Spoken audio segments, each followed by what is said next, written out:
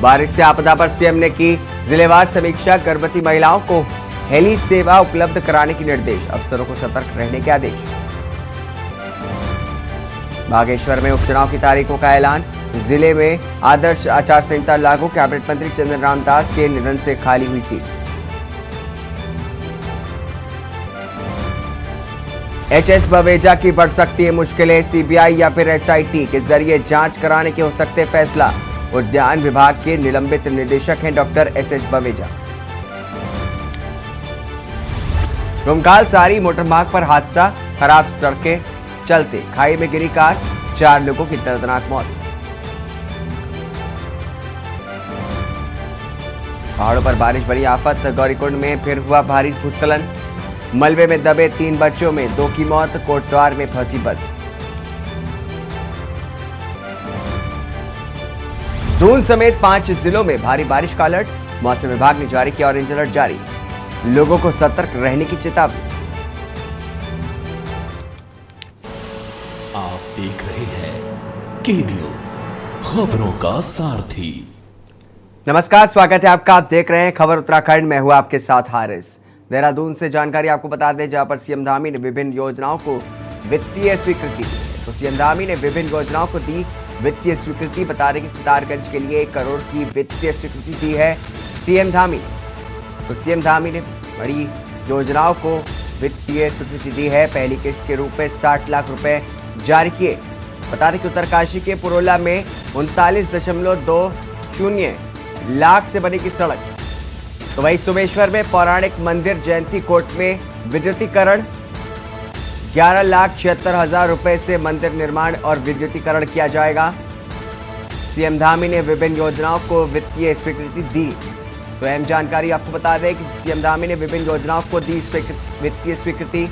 सितारगंज के लिए 1 करोड़ की वित्तीय स्वीकृति दी है सीएम धामी ने। तो सीएम धामी ने विभिन्न योजनाओं को दी वित्तीय स्वीकृति। अहम जानकारी आपको बता रहे हैं देहरादून से, जहां पर सितारगंज के लिए 1 करोड़ की वित्तीय स्वीकृति दी है सीएम धामी ने। वहीं मुख्यमंत्री पुष्कर सिंह धामी ने सचिवालय स्थित राज्य आपातकालीन परिचालन केंद्र से प्रदेश के विभिन्न क्षेत्रों में हो रही अतिवृष्टि की जानकारी ली।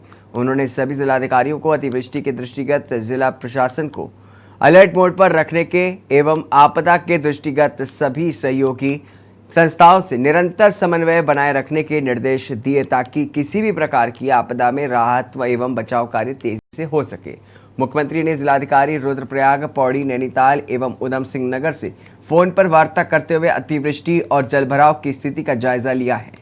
मुख्यमंत्री ने जिलाधिकारी को निर्देश दिए कि आपदा की दृष्टि से संवेदनशील स्थानों में लोगों के लिए पहले से सभी समुचित व्यवस्थाएं रखी जाएं। इस अवसर पर अपर मुख्य सचिव श्रीमती राधा रतूड़ी, सचिव आपदा प्रबंधन डॉक्टर रंजीत सिन्हा, श्री विनय शंकर पांडे, राज्य आपदा प्रबंधन प्राधिकरण की अपर मुख्य अधिकारी श्रीमती रिद्धिम अग्रवाल एवं विभिन्न विभागों के अधिकारी उपस्थित थे। पिछले 24 घंटों में काफ़ी ज़्यादा बारिश के कारण से, मानसून की अति सक्रियता के कारण से, जहां पौड़ी जनपद के कोटद्वार और उसके आसपास, कोटद्वार, दुगड्डा, इन क्षेत्रों में, और नैनीताल में हल्द्वानी, काठगोदाम और उसके आसपास का क्षेत्र, इसी प्रकार से उधम सिंह नगर में जहां एक पुल भी थोड़ा अप्रोच उसका हट गया है, सितारगंज, खटीमा, इन क्षेत्रों में भारी बारिश के कारण से जल भराव हुआ है। अगले 24 घंटे के अंदर भी पौड़ी, नैनीताल, उधम सिंह नगर और चंपावत में रेड अलर्ट मौसम विभाग ने जारी किया हुआ है। तो उसी सब पर आज सभी जिलाधिकारियों से भी बात हुई है। सभी जो लोग मौके पर काम कर रहे हैं, उनसे सभी से बचाव और राहत कार्य की समीक्षा ली है। जो लोग इन अतिवृष्टि के कारण से जल भराव में चपेट में आ गए हैं, उन सभी को सुरक्षित स्थानों पर ले जाया जा रहा है। उधम सिंह नगर में भी, नैनीताल में भी, हमारे कोटद्वार में भी जिलाधिकारी स्वयं वहाँ पर कैंप कर रहे हैं। और जैसी स्थिति है, उस स्थिति के अनुसार वहाँ पर सभी को निर्देश दे दिए गए हैं कि बचाव और राहत के कार्य में कोई कमी ना आए, किसी प्रकार की कोई कोताही न बरती जाए। और हम लोग यहाँ से भी लगातार मॉनिटरिंग कर रहे हैं, लगातार उसको जायज़ा कर रहे हैं। इसी प्रकार से गुप्तकाशी और उसके आसपास भी एक बड़ी होटल की इमारत जो है ढह गई है और वहाँ पर भी समीक्षा की है। और जो टीम जहाँ भेजी जानी है, एनडीएमए की टीम भी कल आई थी, उसने हरिद्वार क्षेत्र में जो जल भराव हुआ है, जो नुकसान हुआ है, उसका जायज़ा लिया है और सभी को कहा है कि जो भी बचाव के लिए ज़रूरी है वो इस समय तत्काल करने की आवश्यकता है, तो वहाँ पर सभी लोग सौ मोटो लेकर उसको करेंगे। रुद्रप्रयाग में केदारनाथ यात्रा पड़ाव के गौरीकुंड में बीती देर रात नेपाली मूल के 3 बच्चे भूस्खलन की चपेट में आने से दब गए। बता दें कि तीनों बच्चों को स्थानीय पुलिस, एनडीआरएफ, स्थानीय लोगों की मदद से गौरीकुंड हॉस्पिटल में उपचार के लिए लाया गया, जहां पर 2 बच्चों की डॉक्टर द्वारा मृत घोषित किया गया है। एक बच्चे को उपचार किया जा रहा है। जिला आपदा प्रबंधन अधिकारी नंदन सिंह रजवार ने बताया कि गौरीकुंड गांव में हेलीपैड से आगे गांव के नीचे एक नेपाली परिवार के ऊपर के खेत से आए मालवा की चपेट में आने के कारण 3 बच्चों के दबाने की सूचना प्राप्त हुई थी। राहत बचाव टीम मौके पर पहुंच करके एक बच्ची को सकुशल तथा 2 अन्य बच्चों को चिकित्सालय गौरीकुंड पहुंचाया गया है, जबकि माता जानकी बच्चों के साथ ही डेरे में सो रही थी। जानकी मलबे में आने के बाद डेरे से बाहर सकुशल निकल आई थी, जबकि बच्चे मलबे में ही दबे रह गए।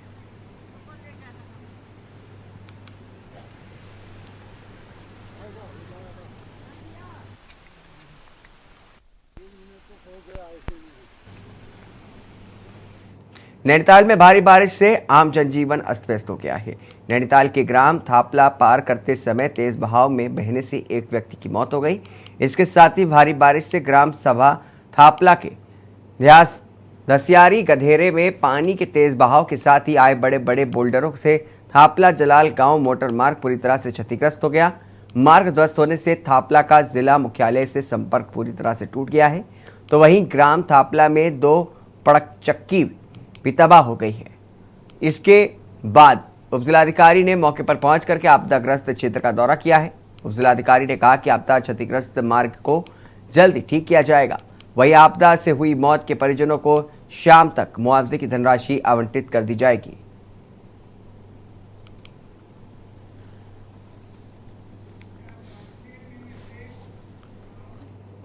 रुकेंगे एक छोटे से ब्रेक के लिए। ब्रेक के बाद जल्द हाजिर होंगे। आप देख रहे हैं के न्यूज। ब्रेक के बाद स्वागत है आपका। काशीपुर की नदी पर बना पुल क्षतिग्रस्त हो गया है। किसी तरीके से कोई भी जनहानि न हो, इसको लेकर के पुलिस ने तत्परता दिखाते हुए मौके पर पहुंच करके मुआयना किया और बैरिकेड लगा करके ट्रैफिक को डाइवर्ट कर दिया है। वहीं यात्रियों की सुरक्षा के लिए पुलिस ने मौके पर ही मोर्चा संभाल रखा है। आपको बता दें कि लगातार बारिश के कारण नदियों का जलस्तर भी बढ़ता जा रहा है, लेकिन इस जलस्तर में सिर्फ नेशनल हाईवे का ही पुल ही क्षतिग्रस्त हुआ है, जिसको लेकर के ग्रामीणों में काफी आक्रोश देखने को मिल रहा है। ग्रामीणों ने पुल निर्माण कार्य में भ्रष्टाचार के आरोप लगाए, तो वहीं सूचना मिलते ही जिले के पुलिस मुखिया मंजुनाथ किसी और जसपुर विधायक आदेश चौहान ने घटनास्थल का मुआयना किया और विधायक आदेश चौहान ने जमकर के एनएच अधिकारियों की फटकार लगाई।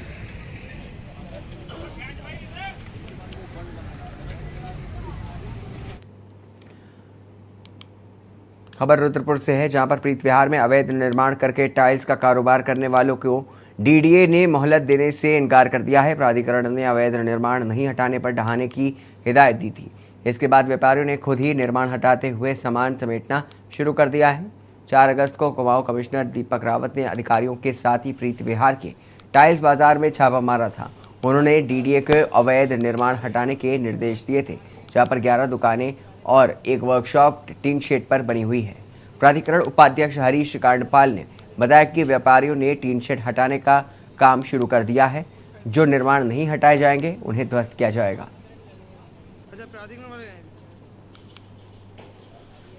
कोई जनप्रतिनिधि आया आपकी बात सुनने? हमारे पास कोई जनप्रतिनिधि नहीं आया है यहाँ पर, ना कोई आश्वासन देने ना सतावना देने, अभी तक कोई नहीं पहुँचा है यहाँ पर सर।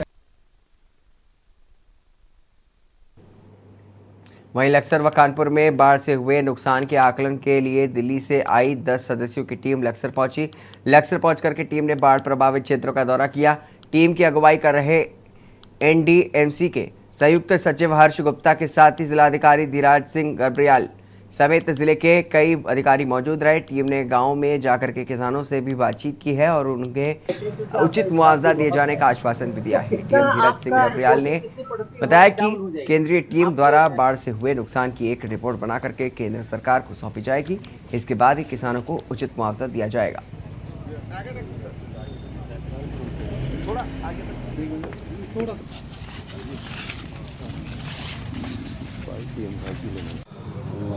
एनडीएमसी की टीम है भारत सरकार की, और इसमें जॉइंट सेक्रेटरी आए हुए हैं, सीनियर आईएएस ऑफिसर भारत सरकार में। तो इनके देख रेख में जितनी उनकी टीम है लगभग 10 मेंबर्स इसमें साथ में हैं। तो पूरे जनपद में जो भी क्षति हुआ है, अभी 11 और 13 तारीख को जो बारिश हुई है तो उसका जायज़ा लेने आए हुए हैं। तो आज हम लक्सर सब डिवीज़न में आए हुए हैं।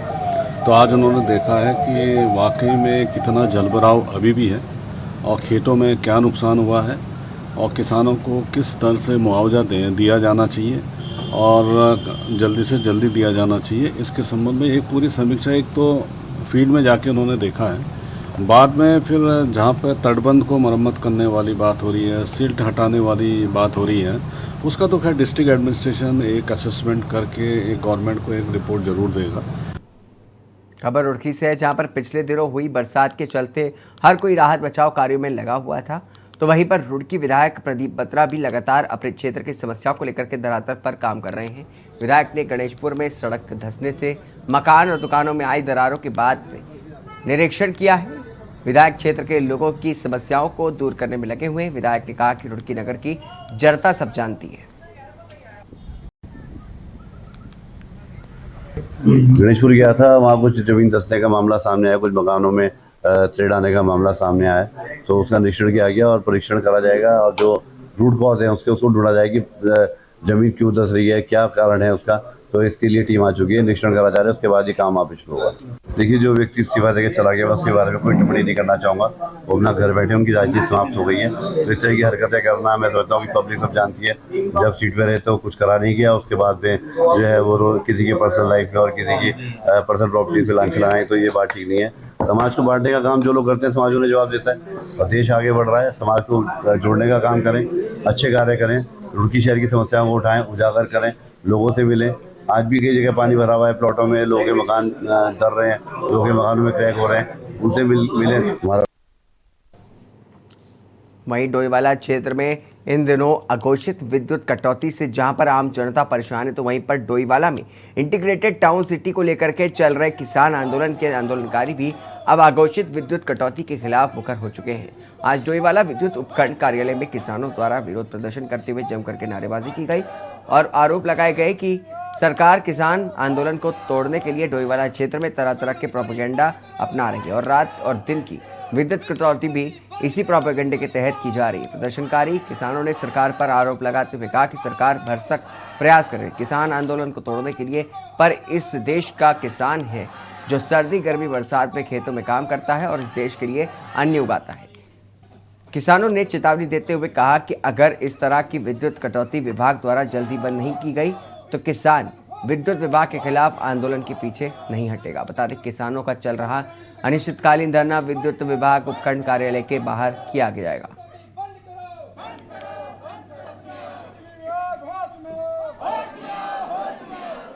तो एक बात ऐसे है कि जैसे हम लोगों ने यहाँ पे धरना रखा है उस दिन से तो ज़्यादा ही लेट कट रही है। नहीं तो वैसे तो ज़्यादा लेट नहीं कटती, पर जब से हमने ये धरना प्रदर्शन कर रहे हैं उस दिन से बहुत ज़्यादा मतलब किसानों को, मजदूरों को और आम जनता को इतना परेशान किया जा रहा है कि लोग यहाँ से धरना छोड़कर ऐसे चले जाएँ। पर हम भी ये सरकार से बोल देते हैं कि जब तक हमारी मांगें पूरी नहीं होंगी हम धरना छोड़कर नहीं जाएंगे। हम यहीं 1 इंच भी अपनी भूमि यहाँ से नहीं देंगे सरकार को। तो मैं आपको ये बताना चाहता हूँ कि ये जो सरकारें निकम्मी हरकतें इस तरह की कर रही हैं ये शोभा नहीं देती।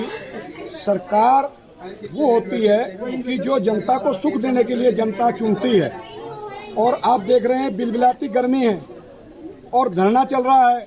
इनकी एक विचारधारा, इनकी मानसिकता इस हद तक गिर चुकी है कि धरने को ख़त्म करने के लिए सरकार का कोई भी बंदा वहाँ बात करना है तो क्या, और ये किस तरह की हरकतें कर रहे हैं। लाइट काट दी, और एक बार नहीं, दिन में 10 बार लाइट काटने का कार्य किया जा रहा है। रुकेंगे एक छोटे से ब्रेक के लिए। ब्रेक के बाद जल्द हाजिर होंगे। आप देख रहे हैं के न्यूज, खबरों का सारथी।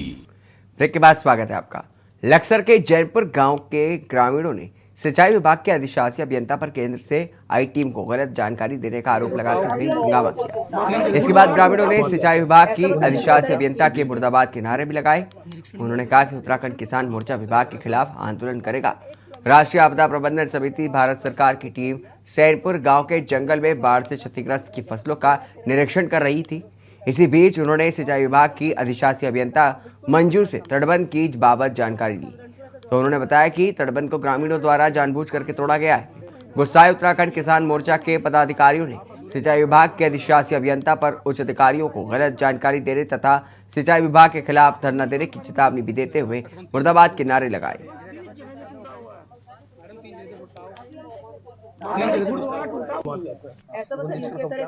हमारी शिकायत सिंचाई विभाग से है जी। सिंचाई विभाग की महिला अधिकारी थी, वो डीएम साहब को भी कुछ नहीं समझ रही थी। उनके सामने भी ऐसे बोल रही थी, किसान को बोल रही थी कि बंदा ही किसान में बोला, वो किसान में हर साल इनके पास केंद्र से पैसा बंदेगा, ये कहा ले जा जी। अब वो किसान को जिम्मेदार ठहरा दी, सारा पैसा डकार कर, और वो किसान को कैरियर मांगते हैं कि भाई कभी गन्ने का मांग रहे, कभी पेड़ का मांग रहे। ये इस तरह की उसकी गंदी मानसिकता किसान के विरुद्ध है। अपने आप तो सरकारी तनख्वाह ले रही, सरकारी सुविधाएं ले रही, किसान कहाँ जाएगा? किसान तो बेचारा मजबूर है। अधिकारी थी, इसने हमें किसानों को मतलब बोलने से रोका, क्योंकि किसानों की जो समस्या है वो किसान ही समझता। और उन्होंने ये बताया कि ये बंदा जो है किसानों ने तोड़ा था, ऐसा कुछ नहीं है। और हमने जो बातें उठाने की कोशिश करी, कभी डीएम साहब कभी एसडीएम साहब रोकने का प्रयास कर रहे थे। मेरा तो आप सबसे यही अनुरोध है कि जो सोलानी नदी पर तटबंध बंधा हुआ, इसका रिपेयरिंग हो, प्रत्येक वर्ष बरसात से पहले इनका निरीक्षण हो और किसानों को रेत उठाने के लिए अनुमति मिले कि वो अपने खेतों में डाले। हमें मुआवजे की कोई आवश्यकता, जो जहाँ भी जितने भी अधिकारी थे, चाहे सिंचाई विभाग, उन्हें बिल्कुल भी सही बताया नहीं गया है। बिल्कुल भी जैसा भी यहाँ से आया है।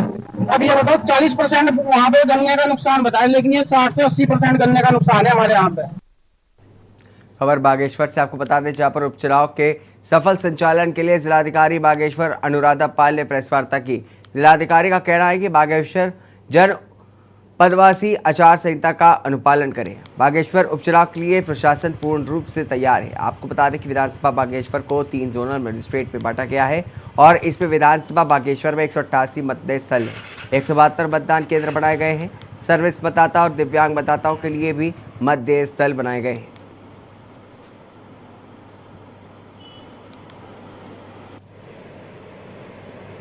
परसों भी हमारी मुख्य निर्वाचन अधिकारी ने एक समीक्षा बैठक ली थी, आज भी समीक्षा बैठक ली है। सारी टीम्स हमारी एक्टिवेट हो गई, चाहे एसएसटी हो, एसएसटी, क्यूआरटी, एमसीएमसी और हमारी जो लिकर मॉनिटरिंग टीम है वो हो गई है। फोर्स जो एक्स्ट्रा हमें चाहिए उसके लिए हमने बात कर ली है, वो हमें कमिट हो चुका है कि हमें मिल जाएगी। सारी जितनी भी निर्वाचन सामग्री हैं, जितनी भी चीज़ें हैं वो ऑलरेडी तैयार है। ईवीएम हमारे पास FLC ऑलरेडी हो चुकी है। खबर लक्सर से है, जहां पर सादे कपड़ों में आई देहरादून एसटीएफ की टीम ने 7 घंटे लक्सर रेलवे स्टेशन की सख्त निगरानी के बाद 2 युवकों को 100 ग्राम हेरोइन के साथ पकड़ लिया है। वे बरेली से हेरोइन लेकर के लौट रहे थे। टीम 5 दिन से उन्हें ट्रैक कर रही थी। पुलिस ने मुकदमा दर्ज करके दोनों को गिरफ्तार कर लिया है। कोतवाल अमरचंद शर्मा ने बताया कि देहरादून एसटीएफ के निरीक्षक शरद चंद्र गुसाई ने तरफ से NDPS एक्ट में मुकदमा दर्ज करके युवकों को गिरफ्तार कर लिया गया है। मेडिकल कराने के बाद उन्हें कोर्ट में पेश किया जाएगा। एसटीएफ की टीम ने एसआई विकास रावत, एएसआई योगेंद्र सिंह सिपाही, दीपक नेगी और वीरेंद्र राणा शामिल थे।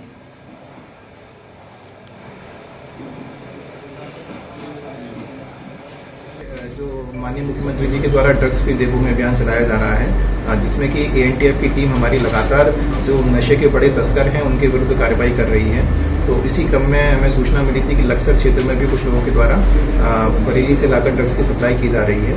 तो उसी क्रम में कल लक्सर से लक्सर रेलवे स्टेशन के पास से 2 ड्रग्स पेडलर को गिरफ्तार किया गया है और उनके कब्जे से 10 लाख रुपये की कीमत से अधिक की 100 ग्राम स्मैक बरामद हुई है और उनसे पूछताछ की गई थी कि कहाँ से ला रहे थे। तो उन सभी लोगों का नाम भी विवेचना में लाया जाएगा और उनके भी आगे कार्रवाई। हमेशा सुर्खियों में रहने वाली जसपुर विधायक आदेश चौहान के एक बार फिर से अधिकारियों पर आग बबूला हो गए और जम करके अधिकारियों को खरी खोटी सुना दी। आपको बता दें कि जनपद उधम सिंह नगर के काशीपुर में स्थित 4 लाइन का ढेला ढेला पुल किसी कारण से क्षतिग्रस्त हो गया, जिसकी सूचना मिलते ही मौके पर जसपुर विधायक आदेश चौहान पहुंचे। टूटे हुए पुल की स्थिति को देखकर के विधायक आदेश चौहान का पारा हाई हो गया। कर्मचारियों द्वारा अधिकारियों के बारे में पूछा गया और पुल टूटने के बारे में जानने की कोशिश करी, तो ना तो कर्मचारी अधिकारी स्पष्ट रूप से कुछ बता न पाए, जिससे बब्बू लाल विधायक ने अधिकारियों की जमकर के फटकार लगा दी और भ्रष्टाचार के आरोप लगाते हुए विधायक आदेश चौहान ने कहा कि खा खा करके तुम्हारा पेट फूल गया है।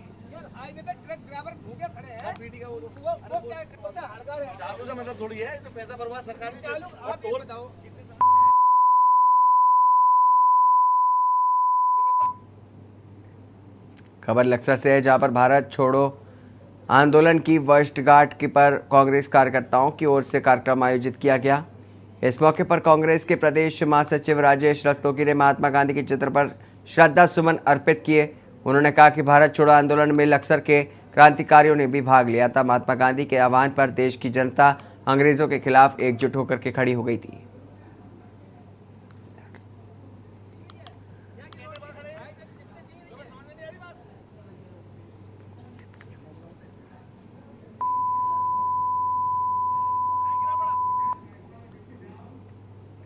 खबर अल्मोड़ा से आपको बता दें, जहां पर अगस्त क्रांति दिवस पर जिला कारागार अल्मोड़ा में कार्यक्रम आयोजित किए गए। इस अवसर पर विभिन्न स्कूलों के नन्हे बच्चे के देशभक्ति के गीत गाए और कई कार्यक्रम प्रस्तुत किए। आपको बता दें कि स्वतंत्रता आंदोलन के दौरान अल्मोड़ा कारागार में पंडित जवाहरलाल नेहरू, हरगोविंद पंत, विक्टर मोहन जोशी, खान अब्दुल गफ्फार खान, देवी दत्त पंत, बद्री दत्त पांडे, गोविंद वल्लभ पंत जैसे स्वतंत्रता संग्राम सेनानी भी मौजूद रहे।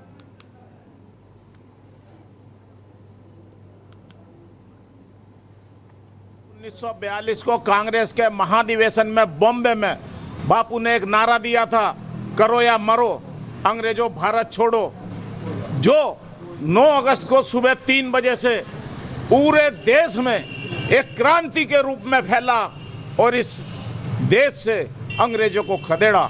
आज नगर कांग्रेस अध्यक्ष अरुण चौधरी जी की अध्यक्षता में यहाँ लक्सर ट्रक यूनियन कार्यालय पर अगस्त क्रांति दिवस की वर्षगांठ 81वीं यहाँ बना रहे हैं। हम सब लोग इकट्ठे होकर के, हमारे सभी ब्लॉक अध्यक्ष हैं, सभी सम्मानित नेता हैं। भाजपा के नेता सुरेंद्र गुप्ता जी ने कांग्रेस की सदस्यता ग्रहण की है। इसी के साथ उत्तराखंड की खबरों में बस इतना ही। आगे देखिए हमारा खास कार्यक्रम मंथन के न्यूज़ के प्रधान संपादक दुर्गेंद्र चौहान के साथ। तब तक के लिए नमस्कार।